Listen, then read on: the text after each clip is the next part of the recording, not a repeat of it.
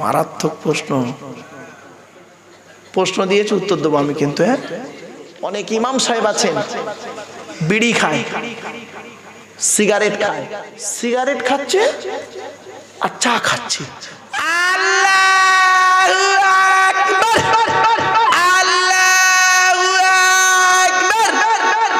কি মসজিদে নামাজের আগে একামত দিচ্ছে, হাইয়া আলাস সালাহ, হাইয়া আলাস সালাহ, হাইয়া আলাল ফালাহ, হাইয়া আলাল ফালাহ, কাত কামাতি সালাহ, কাত কামাতি সালাহ।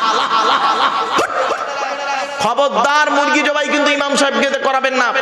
নিজের মুরগি বাড়িতে নিজে জবাই করবে। এই মুসলমানের বাচ্চা মুরগি জবাই করতে ভয় পায়, আর ভোটের সময় ভাই ভাইকে ছুরি মারতে ভয় পায় না। ঠিক না বেটি? আর দু রকম পড়ছি, ভালো করে শুনে নিন। আল্লাহুম্মা সাল্লি আলা সাইয়্যিদিনা মাওলানা মুহাম্মদ ওয়া আলা আলিহি ওয়া সাহাবিহি ওয়া বারিকি ওয়া সাল্লিম সালাতাও ওয়া সালামান ইয়া রাসূলুল্লাহ ইয়া হাবিবাল্লাহ। আসসালাতু ওয়াসসালামু আলাইকা ইয়া নবিয়াল্লাহ। আরেকটা দরুদ শরীফ পড়ছি, আল্লাহুম্মা সাল্লি আলা মুহাম্মাদিন নবিয়িল উম্মিহি ওয়া আলিহি ওয়া সাল্লিম। কয় রকম দরুদ শরীফ পড়লাম বাবা? 4 রকম। কেন 4 রকম পড়লাম? যাতে করে আর মারামারি করো না বাপ। এই দরুদে মারামারি, এই দরুদ নিয়ে ও ওই দরুদ নিয়ে ও ওই দরুদ, যার যেটা দরুদ দরকার সেটা নিয়ে নিও বাবা, আর মারামারি করো না। কিছু বুঝতে পারছেন না আমার ভাই? হ্যাঁ, এ মুসলমানের বাচ্চা, এরা দরুদ শরীফ নিয়ে মারামারি করে। এ মুসলমানের বাচ্চা, এরা গোল টুপি, লম্বা টুপি, চেরা জামা, ফাড়া জামা, গোল জামা, বুকে হাত বাঁধা, নাভির নিচে হাত বাঁধা, জোরে আমিন বলা, আস্তে আমিন বলা, দোয়া করা না করা, এই সব নিয়ে খালি মারামারি করে। ঠিক না বেটি? শুধু তাই নয়, এই কোরআনকে নিয়ে গবেষণা করে সারা পৃথিবীর বৈজ্ঞানিকরা ইসলাম গ্রহণ করছে। যে কোরআনকে বৈজ্ঞানিকরা গবেষণা করে ইসলাম গ্রহণ করছে, আর সেই কোরআনটা মৌলভী সাহেবরা পড়ে এক বক্তা অপর বক্তাকে কাফের ফতোয়া দিয়ে ইসলাম থেকে বের করে দিচ্ছে। ঠিক না বেটি? কি আজীব জিনিস, কি আশ্চর্য জিনিস, একবার ভাবুন আপনারা। যে কোরআন পড়ে অমুসলমানরা মুসলমান হচ্ছে, আর সেই কোরআন পড়ে এক বক্তা অপর বক্তাকে কাফের ফতোয়া দিচ্ছে। আশ্চর্য। শুনে রেখে দিন, বক্তব্যের শুরুতে, এখন ওয়াজ আলোচনা শুরু করিনি, বক্তব্যের শুরুতে একটা কথা বলি আপনাদের। আচ্ছা, একটা আঙুল আপনাদের দিকে লাগিয়ে আমি বললাম, আগে ক্ষমা চেয়ে নিচ্ছি, একটা আঙুল আপনাদের দিকে লাগিয়ে বললাম আপনারা সব চিটিংবাজ। আচ্ছা, কটা আঙুল আপনাদের দিকে? একটা। আর 3টা আঙুল কোন দিকে? নিজের দিকে, মানে টিবিল চিটিংবাজ। খারাপ ভাববেন না।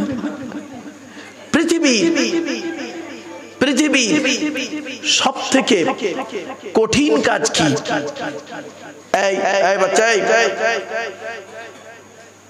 পৃথিবীর সব থেকে কঠিন কাজ কি, আর পৃথিবীর সব থেকে সহজ কাজ কি? এই দুটো ওয়াজ হবে। পৃথিবীর সব থেকে কঠিন কাজ হলো আত্মসমালোচনা করা। কি বললাম? নিজেকে নিয়ে সমালোচনা করা। আমি কি একজন মুসলমান? একজন মুসলমান হতে গেলে তার কি কি গুণাগুণ থাকতে হয়, সেগুলো কি আমার মধ্যে আছে? ব্যাস।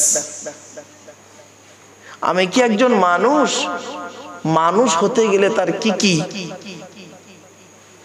চরিত্রগুলো থাকা দরকার, সেগুলো কি আমার মধ্যে আছে? ব্যাস। আত্মসমালোচনা করুন। আর আত্মসমালোচনা করলে, নিজেকে নিয়ে সমালোচনা করলে কি হয়? নেকি হয়। নেকি হয়। কি হয় বাবা? নেকি হয়। মান, আরবিতে একটা কথা আছে, মান আরাফা নাফসাহু ফাকাদ আরাফা রাব্বাহু।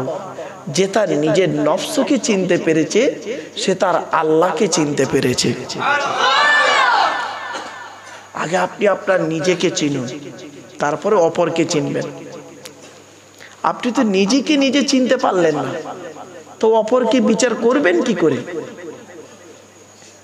সূচ বোঝেন? সূচ। আচ্ছা, সূচের পেছনে কটা ছিদ্র? আর চালনি জানেন? চালনি, আটা চালে মা বোনেরা, আটা চালে মা বোনেরা জানেন তো? চালনির পিছনে কটা ছিদ্র? এই তো কোথায় ছিল? সূচের পিছনে কটা ছিদ্র? একটা। আর চালনির পিছনে কত ছিদ্র? অনেক ছিদ্র। তা চালনি একদিন সূচকে বলছে, তোর পিছনে ছিদ্র কেন রে? বুঝতে পারলেন না কথাটা? বুঝতে পারেন? চালনি, ওই চালনি সূচকে বলছে, তোর পিছনে ছিদ্র কেন রে? ওর পিছনে যে হাজারটা ছিদ্র, ওর খেয়াল নেই। আজকে বর্তমান সময়ে জলসার পরিস্থিতি ঠিক এইরকম। বাড়ি থেকে ভাববে, এই গভীর রাতে ওয়াজ করছি তো, গভীর রাতে ওয়াজ করছি, এটা এই ওয়াজ মাথায় ঢোকাটা খুব কঠিন। পৃথিবীর সব থেকে কঠিন কাজ হলো আত্মসমালোচনা করা, নিজেকে নিয়ে সমালোচনা করা। এটা করলে নেকি হয়। আর পৃথিবীর সব থেকে সহজ কাজ কি জানেন? পর সমালোচনা করা। ঠিক না বেটি? খুব সহজ কাজ। এটা করলে কি হয়? গোনাহ হয়। দুধওয়ালা লোকের বাড়ি বাড়ি যায়। কে বলা? দুধওয়ালা লোকের বাড়ি বাড়ি যায়, দুধ কিনে কেউ খেতে চায় না। মদওয়ালা চণ্ডীতলায় দোকান দিয়ে বসে আছে, মোটর সাইকেলে তেল পুড়িয়ে মদ কিনে খেয়ে মারামারি করে চণ্ডীতলা থানার মধ্যে চুম মেরে বসে আছে। ঠিক না বেটি?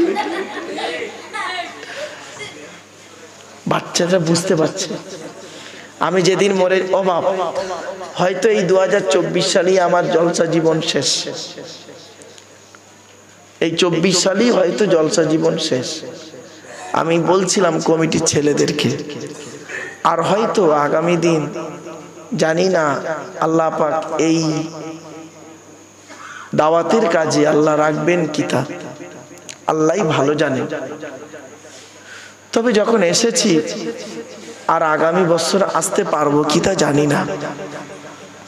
পৃথিবী ছেড়ে যেতে হবে আমাকে।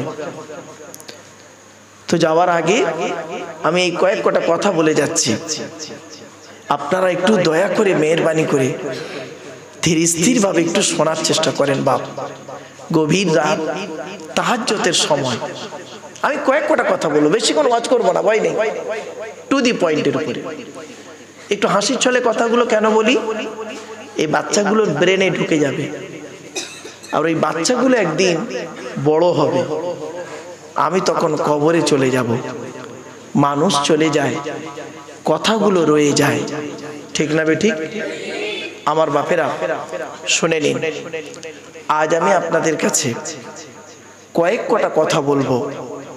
মা বোনেরা যারা শুনছেন বক্তব্য, কয়েক কটা কথা খালি শুনে যান, একদম টু দি পয়েন্টের উপরে।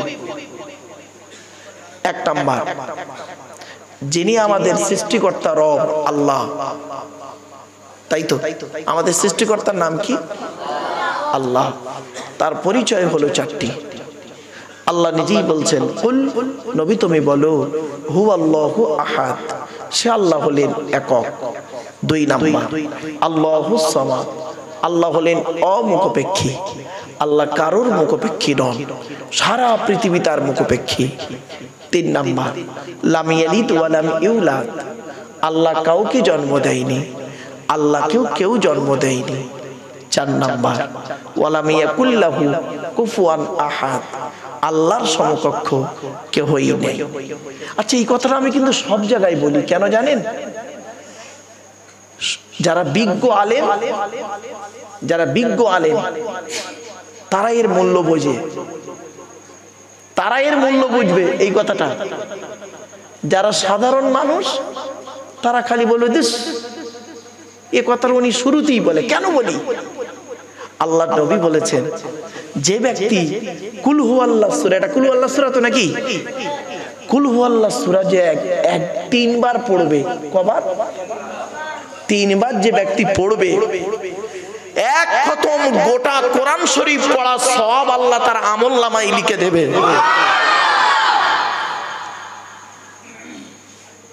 আপনি কুল হুয়াল্লাহ সূরাটা পড়লেন, বাংলা মানেটা জানলেন না, তাই বাংলা মানেটা করে দিলাম। ওই কুল হুয়াল্লাহ সূরার ব্যাখ্যাটা কত বড় ভাবতে পারবেন না। এজন্য আল্লাহর গুণগান দিয়ে শুরু করতে হয় প্রত্যেকটা কাজ। আমার নবী যখন কোনো কাজ করতেন আল্লাহর নাম দিয়ে শুরু করতেন। খেতে গেলে আল্লাহর নাম, শুতে গেলে আল্লাহর নাম, ঘুম থেকে উঠে আল্লাহর নাম, মসজিদে ঢুকলে আল্লাহর নাম, মসজিদ থেকে বেরোলে আল্লাহর নাম, পায়খানায় ঢুকলে আল্লাহর নাম, পায়খানা থেকে বেরোলে আল্লাহর নাম, গোসলখানায় ঢুকলে আল্লাহর নাম, গোসলখানা থেকে বেরোলে আল্লাহর নাম, যুদ্ধের ময়দানে গেলে আল্লাহর নাম, যুদ্ধ থেকে ফেরার সময় আল্লাহর নাম, জামা ছিঁড়ে গেলে আল্লাহর নাম, জুতো ছিঁড়ে গেলে আল্লাহর নাম। একজনকে আল্লাহ নবী, এই বাচ্চা এই চুপ, আল্লাহর নবী একজনকে সঙ্গে রাখতেন, সেটা হলো কে? কে?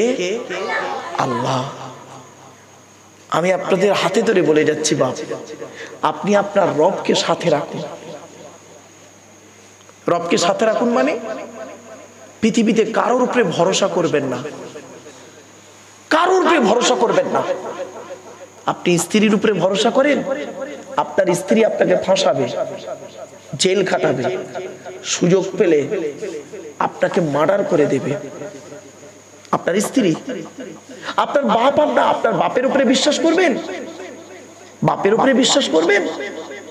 এমন কিছু পরিস্থিতি আসবে, বাপ ছেলেকে মার্ডার করে দিয়েছে, সম্পত্তির লোভে, রাজত্বের লোভে। কটা নেবেন? আর কিয়ামতের কথা বলছি না, এখন দুনিয়ার কথা বলছি। মাকে বিশ্বাস করবেন, সাথে রাখবেন, বেশি দিন থাকবে না মা। কিয়ামতের এমন একটা সময় আসবে না, কেউ কারণ নয়, কেউ কারণ নয়। আল্লাহ বলছে তুই মায়ের পেট থেকে একাই এসেছিস, একাই তোকে বাঁচতে হবে, এই পৃথিবীতে লড়াই করে বাঁচতে হবে। কিসের সঙ্গে লড়াই করতে হবে তোকে? কিসের সঙ্গে লড়াই করবেন আপনারা? দেহের সঙ্গে লড়াই করতে হবে, আত্মার সঙ্গে লড়াই করতে হবে, নফসের সঙ্গে লড়াই করতে হবে, অর্থের সঙ্গে লড়াই করতে হবে। ঠিক না বেটি? অর্থের সঙ্গে লড়াই করতে গিয়ে আপনি যদি জিতে যান বিল্ডিং করতে পারবেন। ঠিক না বেটি? আত্মার সঙ্গে লড়াই করতে গিয়ে যদি জিতে যান আল্লাহর ওলি হয়ে যাবেন। আত্মার সঙ্গে লড়াই করতে আমরা পারি না। আত্মা যা চেয়েছে তাই করেছি, আত্মা যেটা খেতে চেয়েছে সেটা খেয়েছি, নফস যেটা চেয়েছে সেটা করেছি। এই নফসের সঙ্গে যুদ্ধ করুন, নফসের সঙ্গে যুদ্ধ করুন আপনারা। যে মানুষটা ভেন্টিলেশনে আছে না, যে মানুষটা ভেন্টিলেশনে আছে, ও এক সপ্তাহ আগে ভাবেনি যে আমি ভেন্টিলেশনে যাব। ঠিক না বেটি? এখানে যত মানুষ বসে আছেন কেউ কি গ্যারান্টি দিতে পারবেন সঠিকভাবে বাড়ি পৌঁছাতে পারবেন আজকে? কোনো গ্যারান্টি নেই, কোনো গ্যারান্টি নেই। আল্লাহ বলছে শোন, সব জিনিসের টাইম আছে রে, একটা জিনিসের টাইম নেই, তার নাম মরণ। কখন আসবে কেউ জানে না। এজন্য আপনাদেরকে বলছি মরণ যে কি জিনিস আমি আপনাদেরকে কয়েকটা তথ্য দিচ্ছি, একটু ধৈর্যের পরিচয় দিন। আপনারা মাঝে মাঝে সোনার কাজ অনেক টাকার মালিক তো আপনারা। মাঝে মাঝে করবেন কি, চিত্তরঞ্জন হসপিটাল নাম শুনেছেন? কলকাতার পিজি হসপিটাল, কলকাতার নীলরতন হসপিটাল, কলকাতার মেডিকেল কলেজ, চারটে বড় বড় হসপিটাল আছে তো।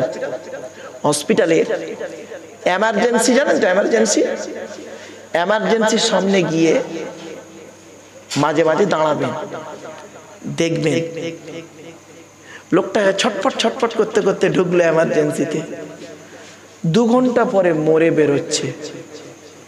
বুঝতে পারবেন মৃত্যু কি জিনিস। ছটফট ছটফট করতে করতে ঢুকলো, মরে বেরোলো। একটা লোক আমার চোখের সামনে আমি দেখলাম চিত্তরঞ্জন হসপিটালে। আমার মা তখন ভর্তি আছে হসপিটালে, চিত্তরঞ্জন হসপিটালে তখন ভর্তি। চোখের সামনে লোকটা হেঁটে হেঁটে ঢুকলো, হেঁটে হেঁটে ঢুকলো। ওনার একটা ছেলে আর স্ত্রী, ছেলে একটা বাহু ধরেছে, স্ত্রী একটা বাহু ধরেছে। ওই বুড়ো লোকটাকে একদম ভালোভাবে হেঁটে হেঁটে গেল, এমার্জেন্সিতে ঢুকলো। ঢুকে ডাক্তার শুইয়েছে, ডাক্তার ওই পেসমেকার যে মেশিনটা না বাবা, ওই মেশিনটা স্কোপ, যেটা স্কোপ, খালি একবার লাগানোর আগেই মরে গেছে। ডাক্তার যে একটু দেবে, ঠেকানোর আগেই লোকটা মরে গেল। আশ্চর্য। ভেবেছে আপনারা কেউ মরবেন না? আপনাদের বাপ মরেনি, আপনাদের মা মরেনি? এই দুটো হাত দিয়ে কত মানুষের আমরা জানাজা পড়েছি, ঠিক না বেঠিক? এই দুটো হাত দিয়ে কত মানুষের বুকে মাটি দিয়েছি, এই দুটো হাত দিয়ে কত মানুষের কবরে শুইয়েছি। একবারের জন্য একটু ভাবুন, এখানে বসে একটা বারের জন্য একটু ভাবুন। এই ভাবনার নাম হলো ওয়াজ। ওই চিৎকার করে বলে চেঁচামেচি করে বলার নাম ওয়াজ নয়। এখানে বসে একটু ভাবুন। মা বোনেরা একটু বসে চিন্তা করুন। মা শুনে নিন, মানুষ যখন মারা যায়, মানুষ যখন মারা যায়, তার আত্মাটা না এই দেহের 9টা ছিদ্র আছে। কটা? 9টা ছিদ্রের যে কোনো একটা ছিদ্র দিয়ে বের হয়ে যায়। কত মানুষ দেখবেন মারা গেছে, পেশাব ফিরে ফেলেছে, ঠিক না বেটি? কত মানুষ মারা গেছে দেখবেন পায়খানা ফিরে ফেলেছে। কত মানুষ মারা গেছে দেখবেন চোখটা চেয়ে আছে। কত মানুষ মারা গেছে গালটা হাঁ করে আছে। কত মানুষ মারা গেছে দেখবেন ঘাটটা বেঁকে আছে, দাঁতটা খিঁচে ইরাম করে আছে। আর কত মানুষ মারা গেছে রাতের বেলা ঘুমালো, সকালবেলা আর উঠলো না, এমন ভাবে মরে গেছে বোঝাই যায় না লোকটা মরে গেছে, মনে হচ্ছে ঘুমাচ্ছে। মোমেন ব্যক্তিরা, মোমেন ব্যক্তি যারা, যারা পৃথিবীতে ভালো ভালো কাজগুলো করে, ভালো ভালো কাজগুলো করে, হালাল খাবার খায়, আল্লাহর ইবাদত করে থাকে, তাদের আত্মাটাকে আল্লাহ ফেরেশতার মাধ্যমে এমন ভাবে বের করে নেয় ও বান্দা নিজেই বুঝতে পারে না। এবার আপনারাই ঠিক করুন কিভাবে মরতে চান। শান্তিতে মরতে চান না অশান্তিতে ওইভাবে মরতে চান, বেইজ্জতিতে মরতে চান? বলুন বলুন বলুন বলুন বলুন বলুন। শান্তিতে যদি মরতে চান তাহলে কয়েক কটা কথা শুনে নিন। আজ আপনারা এতগুলো লাইটিং করেছেন, আমি দেখছি লাইটিং করেছেন, এটা একদিনের জন্য, তাই তো নাকি? আরে ভাই বলুন না, জাস্ট একটা দিন, আজকের দিনটা থাকবে, কালকে সব মাল খুলে যাবে। একদিনের লাইটিং করেছেন এতগুলো, যেদিন কবরে যাবেন কত ভোল্টেজের টুনি নিয়ে যাবেন, কত ভোল্টেজের টুনি নিয়ে যাবেন। আমার রাসূল বলছেন কবরটাকে যদি তোমরা লাইটিং করতে চাও, কবরটাকে যদি কেউ লাইটিং করতে চায় আলোকিত করতে যায়। মা বোনেরা ভালো করে শুনে নাও মা, কবরটাকে যদি তোমরা আলোকিত করতে যাও, প্রতিদিন রাতে তাবারাকাল্লাযী বিয়াদিহিল মুলকু ওয়া হুয়া আলা কুল্লি শাইইন কাদির আল্লাযী খালাকাল মাউতা ওয়াল হায়াতা লিয়াবলুয়াকুম আইয়ুকুম আহসানু আমালা। 29 নম্বর পারার প্রথম সূরা, সূরা মুলক যদি কেউ তেলাওয়াত করে প্রতিদিন রাতের বেলায় সূরা মুলক তেলাওয়াত করে যদি কেউ ঘুমায়, ওই ব্যক্তি মারা যাবার পর ওর কবরটাকে আল্লাহ পাক আলোয় আলোকিত করে দেয়। এই মা বোনেরা, কোরআন শরীফ যদি পড়তে পারো শিখেন, না পড়তে পারো শিখে নেবে। বাবাজিদের বলে যাচ্ছি, কোরআন শরীফ না পড়তে পারলে শিখে নেবেন, সূরা মুলক মুখস্থ করে নেবেন। প্রতিদিন রাতে ঘুমানোর আগে একবার তেলাওয়াত করবে। এই হাদিসটা আমি ছোটবেলায় পড়েছিলাম, আমল করতে দেখেছি আমার অভাগিনী মাকে। আমার আম্মাজি আমাকে বারে বারে বলতেন, আব্বা, আমি একটাই ছেলে, আব্বা রাতে সূরা মুলক পড়বে। যতবার গভীর রাতে বাড়ি ফিরতাম, রাত 3টে 3:30 যখন বাড়ি ফিরতাম, দোতলাতে মা থাকতো। যতবার গিয়েছি ততবারই ওই দেখি হয় তাহাজ্জুদের নামাজ 4টের সময়, 3-3:30 সময়, 3টের সময় হয় তাহাজ্জুদের নামাজ পড়ছে, নইলে কোরআন তেলাওয়াত করছে। এটাই ওনার কাজ। আমাকে বারে বারে বলতো, আব্বা সূরা মুলক তেলাওয়াত করবে, সূরা মুলক তেলাওয়াত করবে। উনি প্রত্যেকদিন তেলাওয়াত করতেন। বাপেরা, অনুরোধ করে বলে যাচ্ছি, আপনাদেরকে আমি অনুরোধ করে বলে যাচ্ছি, মুরব্বীদেরকে বলে যাচ্ছি, সূরা মুলক তেলাওয়াত করবেন। কবরটা আপনার আলোয় আলোকিত হবে। কবরটা অন্ধকার পোকার ঘর বানাবেন না। কবরটা যাতে আলোকিত হয়, পৃথিবীতে যাতে শান্তিতে থাকতে পারে, সেজন্য একটু কিছুক্ষণ বসুন। ওয়াজ এক্ষুনি শেষ হয়ে যাবে, চিন্তা নেই। ফজরের আজান হয়ে যাবে এক্ষুনি, কয়েক মিনিটের মধ্যে শেষ করে দেবো, চিন্তা নেই। কয়েক কটা কথা খালি শুনে নিন। শরীয়তের কথা কয়েক কটা আমি বলবো। শরীয়তের কথা কয়েক কটা কি কি? কোরআনের 5টা আয়াত আছে। কটা? 5টা। ইন্নাল্লাহা ইনদাহু ইলমুস সাআ, আল্লাহ বলছে কিয়ামত কবে হবে বান্দা তোরা কেউ জানিস না, আমি আল্লাহই জানি। এই পৃথিবী শুরু হয়েছে একদিন, ঠিক না বেঠিক? এই পৃথিবী ধ্বংস হবে একদিন, ঠিক না বেঠিক? আচ্ছা, কেউ কি বলতে পারেন ধ্বংসটা কবে হবে? হবে জানেন, কবে হবে জানেন না। আমার আল্লাহ পাক আমার নবীকে বলেছেন, হে নবী, এই লক্ষণগুলো যখন দেখবে তখন জানবে পৃথিবী ধ্বংসের দিকে। কি কি লক্ষণ শুনে নিন, কয়েক কথা বলে যাচ্ছি টপ টপ করে, খালি মিলিয়ে নিন, হাতে টাইম নেই, খালি মিলিয়ে নিন। 1 নাম্বার, বিদ্যা উঠে চলে যাবে। মাধ্যমিক, উচ্চ মাধ্যমিক, বিএ পাস, এমএ পাস, আলেম, হাফেজ, মাস্টার, ডাক্তার, ইঞ্জিনিয়ার, প্রফেসর বেড়ে গেল, মাম্মার ভাতও দেয় না, খবরও দেয় না। এজন্য আমি বলি গো বাপ, জলসা দিতে গেলে 3টে জিনিস দেখবেন তবে জলসা দেবেন। এই জলসা কমিটি, আজ বলে যাচ্ছি 3টে জিনিস দেখবে তবে জলসা দেবে, নইলে জলসা দেবে না একদম। কি কি? 1 নাম্বার, বক্তা। কি বললাম? বক্তা। 2 নাম্বার, কমিটি।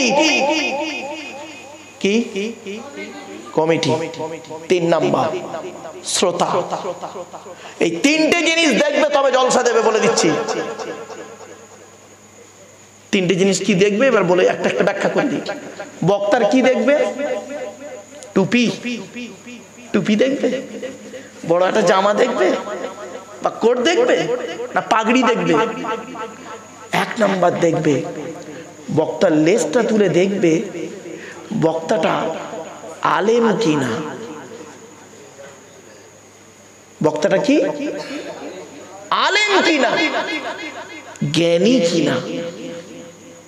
বক্তাটা আলেম কিনা। ওয়াজ কে করবে? বড় পীর আব্দুল কাদের জিলানী রহমাতুল্লাহ আলাইহি বলছেন, ওয়াজ সেই লোকটা করবে যে লোকটা তাফসীরে জালালাইন বলে একটা কিতাব আছে, আর হাদিসের কিতাব হলো মিশকাত শরীফ, আর ফিকহের কিতাব হলো শারহুল বেকায়া। এই তিনটে কিতাব যে পড়তে পারে, পড়াতে পারে, ওই লোকটা ওয়াজ করার যোগ্যতা অর্জন করতে পারে। কিছু বুঝতে পারছেন ওয়াজ? আবার যে সে ওয়াজ করতে পারবে না গো বাপ, মাইকের সামনে এসে কিছু বলার নাম বক্তা নয়। এখন তো বক্তা দেখি বাপ চাঁদা তুলতো, ভ্যানে করে অটোয় করে মাদ্রাসা মসজিদে চাঁদা কালেকশন করতো। গলার এলান ভালো, ইউটিউবে 2-4টে বক্তব্য ছেড়ে দিয়েছে, তাই লোকেরা বক্তব্য শুনে দেখছে, গলার টোন ভালো, দাওয়াত দিয়ে দিল বড় বক্তা। কবরে ঢোকো, কবরে ঢোকো তোমরা, ওই মাঠে দেখা হবে তোমাদের সঙ্গে আমার। 1 নাম্বার বক্তাটা আলেম কিনা খবর নেবে। শুধু আলেম হলে হবে না, ওর আমল আছে কিনা খবর নেবে। কত বক্তা আছে 5 ওয়াক্ত নামাজ পড়ে না, কত বক্তা আছে রাতে জলসা করে টাকা নিয়ে হোটেলে মেয়ে নিয়ে রাত কাটায়, নাউজুবিল্লাহ বলে। কত বক্তা আছে বাম্মার ভাত দেয় না। এই পশ্চিম বাংলার কথা বলছি বাপ। কত বক্তা আছে বিড়ি সিগারেট খায়, পান তেরেঙ্গা খৈনি গুটকা এত নেয়, একটু তবু মানে তবু এত চলবে না, তবু একটু মানা যায়, বিড়ি সিগারেট খায়। কত বক্তা বেওজুতে ওয়াজ করে, কত বক্তা আছে রোজার মাসে রোজা করে না। আল্লাহর কোরআন সামনে বলছি বাপ, আমি মিথ্যা বলিনি। নাম শুনতে চাইবে না, নাম শুনতে চাইবেন না। এই ও কি খাচ্ছে রে, hot hot hot hot hot, hello hello, না উঠে যাও, যাও বের হয়ে এখান থেকে, খেলো না বাপ, খাবে না। বয়স হয়ে গেছে, 2 দিন পরে কবরে যাবে। আল্লাহর নবীর হাদিস শুনতে খৈনি খাচ্ছ? হ্যাঁ, আমার ড্রাইভারের সাহস হয় না আমার সামনে খৈনি খাও। জিজ্ঞেস করো আমার ড্রাইভারকে। আমার ড্রাইভার আমার আমি কোনো নেশা করি না, আর আমার ড্রাইভারকেও বলি তুই যদি নেশা যদি করবি, যেদিন শুনবো তোর একদম তোর চাকরি চলে যাবে আমার কাছে। ও জানে কুল্লু মুস্কিরিন হারাম। নবী বলেছেন প্রত্যেকটা নেশাদ্রব্য জিনিস যেটা মস্তিষ্কের বিকৃতি ঘটায় ওটা হারাম। খবরদার নয় বাপ।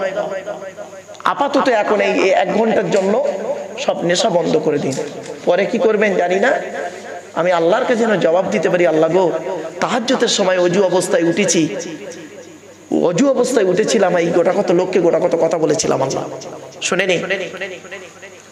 1 নম্বর বক্তা কি দেখবেন, কি বললাম বাবা? বক্তা, বক্তাটা আলেম কিনা, বক্তাটার আমল আছে কিনা, এসব তো কেউ দেখে না, এসব দেখে না। এইসব কেন দেখেন না আপনারা? এগুলো দেখবেন। 1 নম্বর বক্তা হলো। 2 নম্বর কমিটি, জলসা কমিটি যাকে তাকে করবেন না। জলসা কমিটি আর মসজিদ কমিটি, 2টো কমিটি বলে যাচ্ছি। জলসা কমিটি হতে গেলে, জলসা কমিটি হতে গেলে কমসে কম 3টে গুণ থাকতে হবে, তা বলে দিচ্ছি। বলবো বলবো বলবো বলবো বলবো, এদের দেখে মনে হচ্ছে জলসা কমিটির সঙ্গে ফ্যাকশন। দুজন কোথায় যাচ্ছ বাপ? আসবে তো বাপ, আসবে আসবে আসবে, যাও বাবা। আচ্ছা চলেন 1 মিনিট।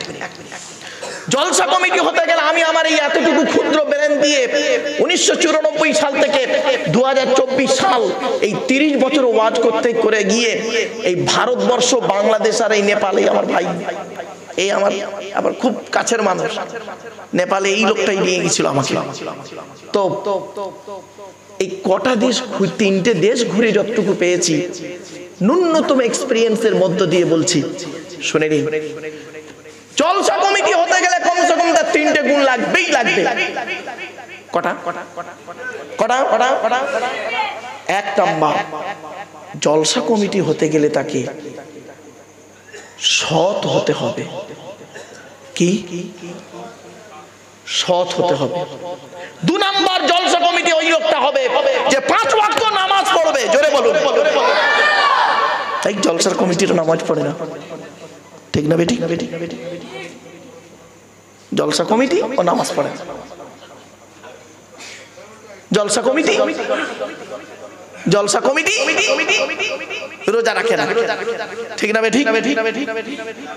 এ আবার কি করে? রোজা রাখে না, ইফতার করে, ঠিক না বেটি? আবার অনেকে রোজা রাখে, নামাজ পড়ে না, ঠিক না বেটি? তাহলে 1 নাম্বার সৎ হতে হবে, 2 নাম্বার নামাজি হতে হবে, 3 নাম্বার হলো হালাল খাবার খেতে হবে। কি কি কি?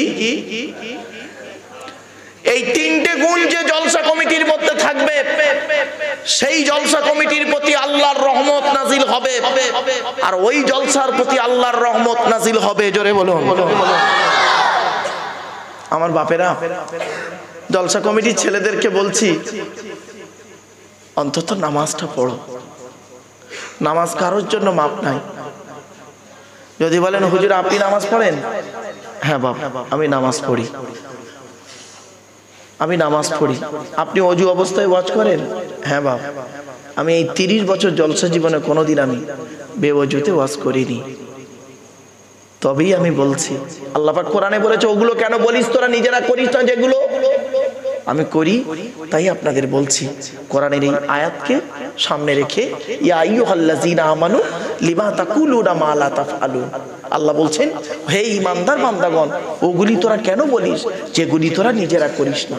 কাবুরা মাক্তান ইনদাল্লাহ, আল্লাহর কাছে অপছন্দের জিনিস ওই সমস্ত, আনতাকুলু তোরা লোককে বলে বলে বেড়াস, মা লা তাফআলুন নিজেরা তোরা করিস না। তো বাপ আমি সত্যিকারের কথা বলি, বাপ আমি 5 ওয়াক্ত নামাজ পড়ি, তবে আমার নামাজ কাজা হয়, আমার কাজা হয়। সত্য বলে কোরআন সামনে মিথ্যা বলে কি হবে? আমার কবরে শুতে হবে না? ফজরের নামাজ কাজা হয়ে যায়, অনেক সময় জোহর কাজা হয়, আসরও কাজা হয়ে যায়। কিন্তু বাবা স্টেজে ওঠার আগে আমি আমার সারাদিনের কাজা নামাজ আদায় করে আমি স্টেজে উঠি। কাজা হোক না, কাজা হোক, কিন্তু আদায় করে দিও।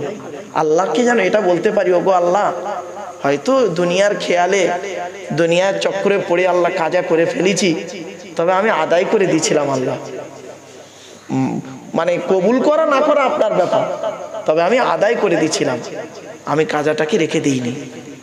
মনে রাখবে আল্লাহর নবী বলেছেন 7 বছর বয়স যখন বাচ্চাদের হবে তাদের নামাজ পড়ার হুকুম করবে, 10 বছর বয়স হয়ে গেলে নামাজ না পড়লে পেটাই দিয়েও নামাজ পড়াবে, পৃথক বিছানায় শুতে দেবে।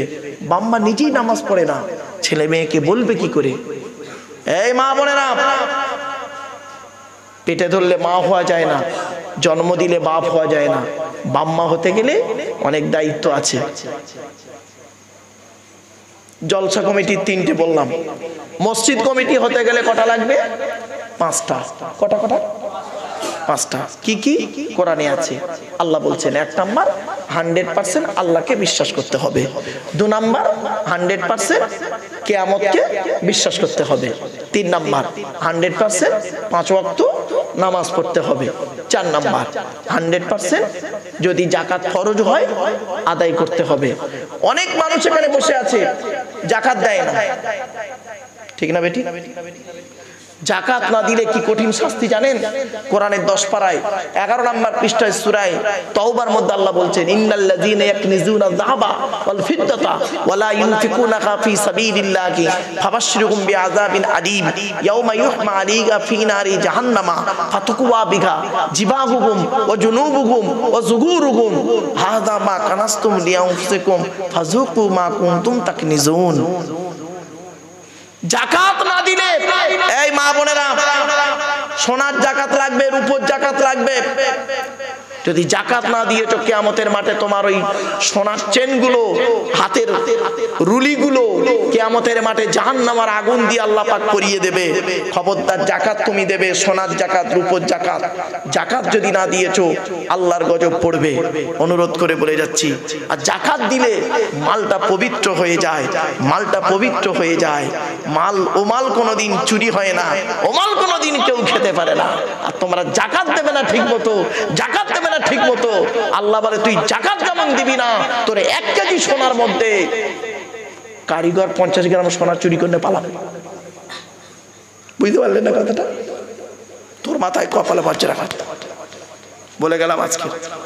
চলো চলো চলো চলো।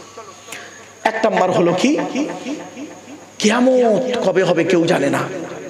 কিয়ামতের আলামত কি কি মিলিয়ে নিন। 1 নাম্বার বিদ্যা উঠে চলে যাবে। আর এই বিদ্যার কথা বলতে গিয়ে আমি বললাম কি 3টে জিনিস। জলসা দিতে গেলে কটা জিনিস লাগবে বাবা? 3টে। কি কি? 1 নাম্বার কি বলেছি? 1 নাম্বার কি বললাম? 3টে জিনিস দেখতে হবে। 1 নাম্বার বক্তা, 2 নাম্বার কমিটি, 3 নাম্বার শ্রোতা। বক্তাটা শুনে নিয়েছেন তো? ব্যাস। 2 নাম্বার কি? কমিটি, এটাও শুনে নিয়েছেন। 3 নাম্বার কি বলেছি? শ্রোতা। শ্রোতার কি দরকার? শ্রোতার 3টে জিনিস লাগবে। 3টে জিনিস লাগবেই লাগবে শ্রোতাদের। 1 নাম্বার শরীর পাক। কি বললাম? আপনাদের এখানে কারো শরীর না পাক নেই, প্রত্যেকের শরীর পাক আছে। হয়তো অজু নেই, অনেকের অজু নেই কিন্তু পাক আছে। আমার ভাষা বুঝতে পারছেন আপনারা? অজু নেই হয়তো অনেকের, কিন্তু শরীরটা পাক আছে, শরীর পাক। 2 নাম্বার কাপড় পাক। কি বললাম? কাপড় পাক। 3 নাম্বার জায়গা পাক। তবে চেয়ারে বসেছেন, জায়গাটাও পাক আছে। শরীর পাক, কাপড় পাক, জায়গা পাক। শ্রোতাদের 3টে আছে। তাহলে এই 3টে জিনিস দেখবেন, তারপরে জলসা দেওয়া শুরু করবেন, দেখবেন লাভ হবে। 1 নাম্বার বিদ্যা উঠে চলে যাবে, কিয়ামতের আলামত।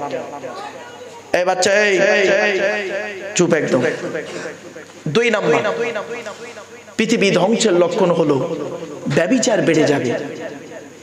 আজকের ঘরের ভেতরে ব্যভিচার চলছে, ঘরের বাইরে ব্যভিচার চলছে। খবরদার ব্যভিচার করো না। আরে পারলে 2, 3, 4 পর্যন্ত বিয়ে করো, শরীয়তে আছে। খাওয়াবার ক্ষমতা যদি থাকে, শারীরিক, দৈহিক, মানসিক ক্ষমতা যদি তোমার থাকে, আর্থিক ক্ষমতা যদি থাকে, 2, 3, 4 পর্যন্ত বিয়ে করতে পারো, কিন্তু জেনা করো না। আর এরা কি করে? বাড়িতে একটা বউ রেখে আর সারা এলাকাময় খালি অন্যর মেয়ের দিকে সময় কাটাচ্ছে। খবরদার নয়, জেনা করা হারাম, জেনা করা হারাম, হারাম, হারাম। নবীজি বলেছেন জেনাখোর বেড়ে যাবে, দেখবে। অনেক ছেলে এখানে বসে বসে মনে মনে বলছে, হুজুর আমরা জেনা করি না। তুমি ভালো ছেলে, জেনা করো না। শীতকালে কম্বল মুড়ি দিয়ে, কানে হেডফোন গুঁজে, মোবাইলের ভিতরে নোংরা নোংরা ছবি ঢুকিয়ে দেখতেছ। চোখ দিয়ে দেখছো, চোখের জেনা। কান দিয়ে শুনছো, কানের জেনা। বিবেক দিয়ে অনুভূতি করছো, বিবেকের জেনা। হাত দিয়ে মোবাইলটা ধরে আছো, হাতের জেনা। এবার বুঝতে পারছেন কি জিনিস পাপ কাজ? 3 নাম্বার মদ খাওয়া বেড়ে যাবে। কি খাওয়া? মদ খাওয়া। আমি আপনাদের অনুরোধ করে বলে যাচ্ছি, মদ খাওয়াকে ত্যাগ করুন, মদ খাওয়াকে ত্যাগ করুন। অনেক যুবক ছেলে আছে মদ খায়, বন্ধুদের পাল্লায় পড়ে। তবে বাংলা মাল খায় না, ইংলিশ মাল একটু একটু খায়। যাই হোক, তো পায়খানার এপিট আর ওপিট দুপিট কেমন? সমান। মনে রাখবেন, খবরদার।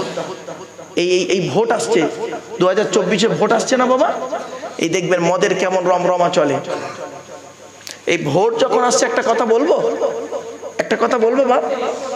আমি ভোট নিয়ে কাউকে ভোট দেবেন আমি বলবো না, তবে একটা ছোট্ট উদাহরণ দিচ্ছি, শোনেন।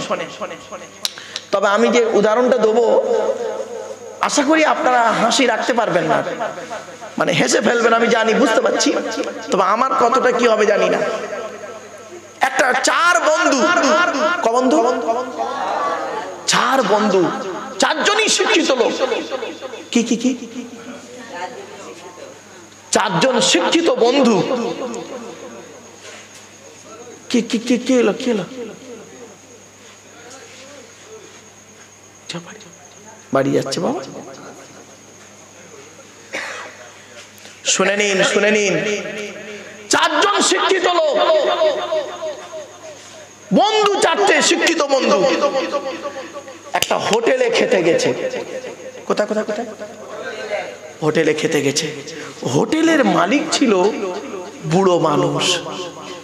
পেট ভর্তি করে চার বন্ধু খেয়েছে। খাওয়ার পরই খাওয়ার টেবিলে চার বন্ধু মারামারি লেগেছে। হোটেলের মালিক তো অবাক, কি ব্যাপার?